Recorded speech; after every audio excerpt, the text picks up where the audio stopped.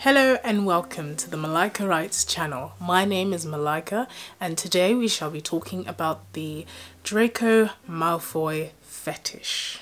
Oh yes. So today I'm having a simple green tea.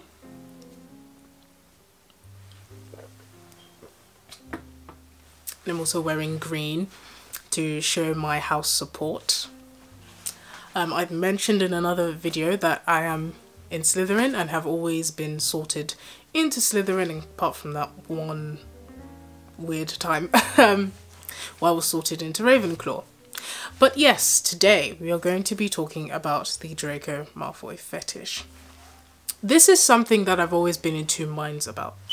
On one hand, we have people who I know they're just doing it for fun. They don't really think it's anything serious. They don't know why people don't understand that it's just a ship and it shouldn't be taken seriously.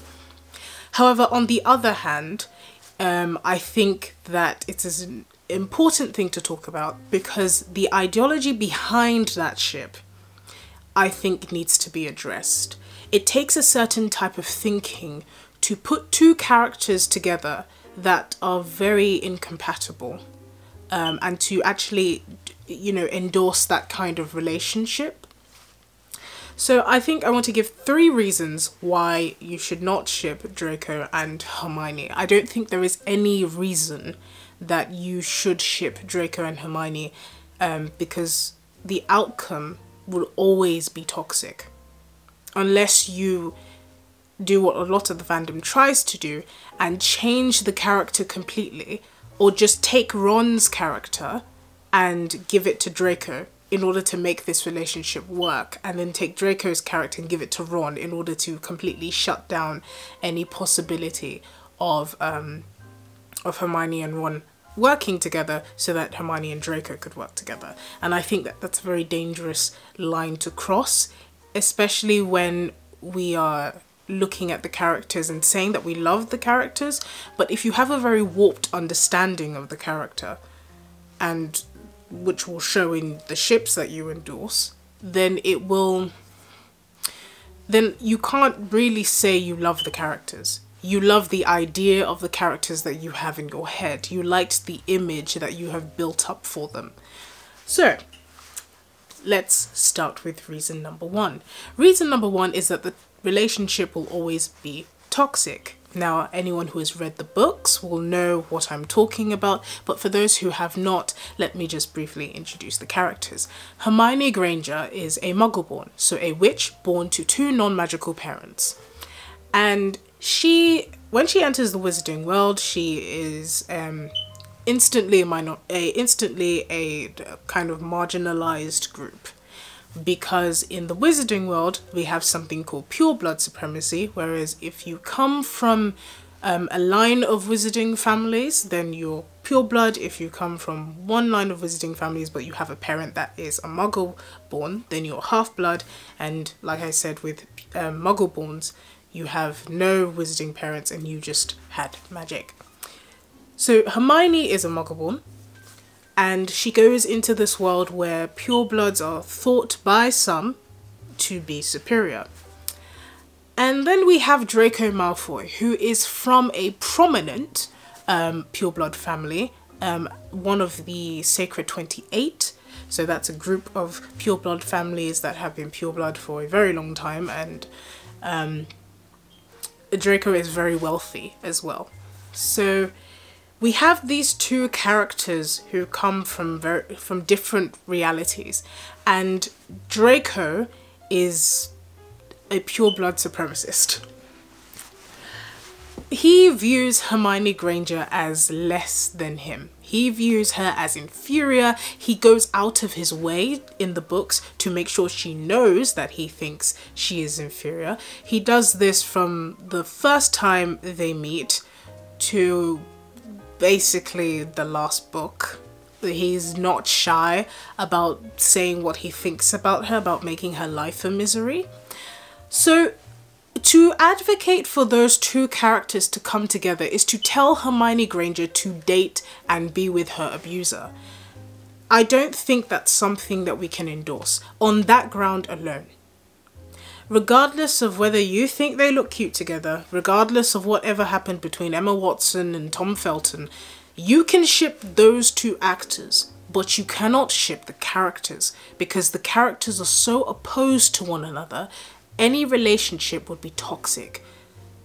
In order for us to move forward as a society, we have to throw away that way of thinking. Just because you think two characters would look good together, just because you think they have some tension, doesn't mean they're good together. If we want to advocate for a fairer world where people are treating each other fairly and treating each other with respect, we cannot continue to endorse the line of thinking that supports a relationship like Draco and Hermione's. I think it's very negative, and I don't think it's a healthy relationship. And I think if you truly love the character of Hermione, you would never want her to be with someone who has abused her for 7 years, for more or less 7 years.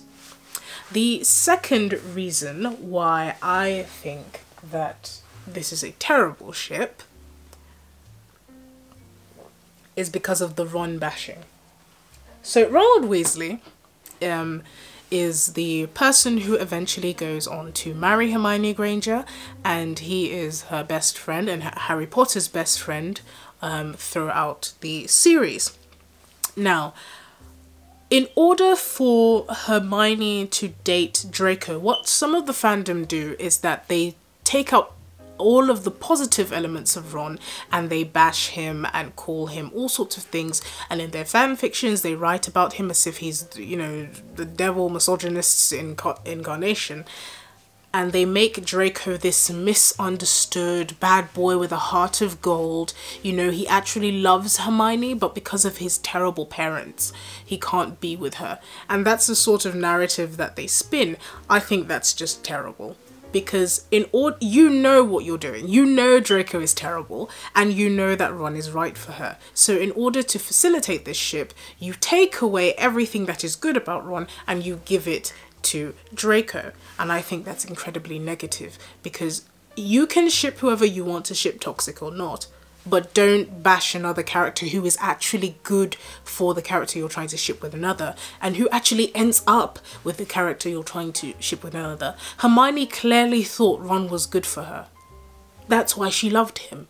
Ron clearly thought Hermione was good for him.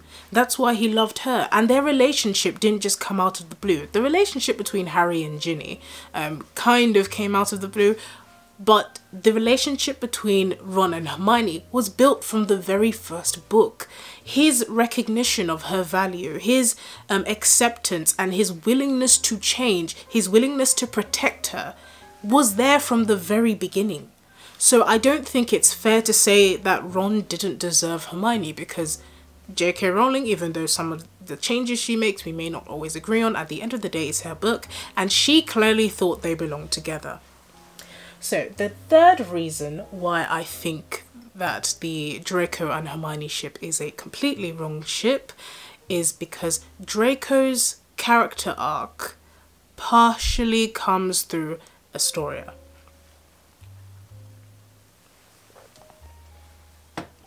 So Astoria is, Astoria Greengrass is Draco Malfoy's wife. She goes on to marry him.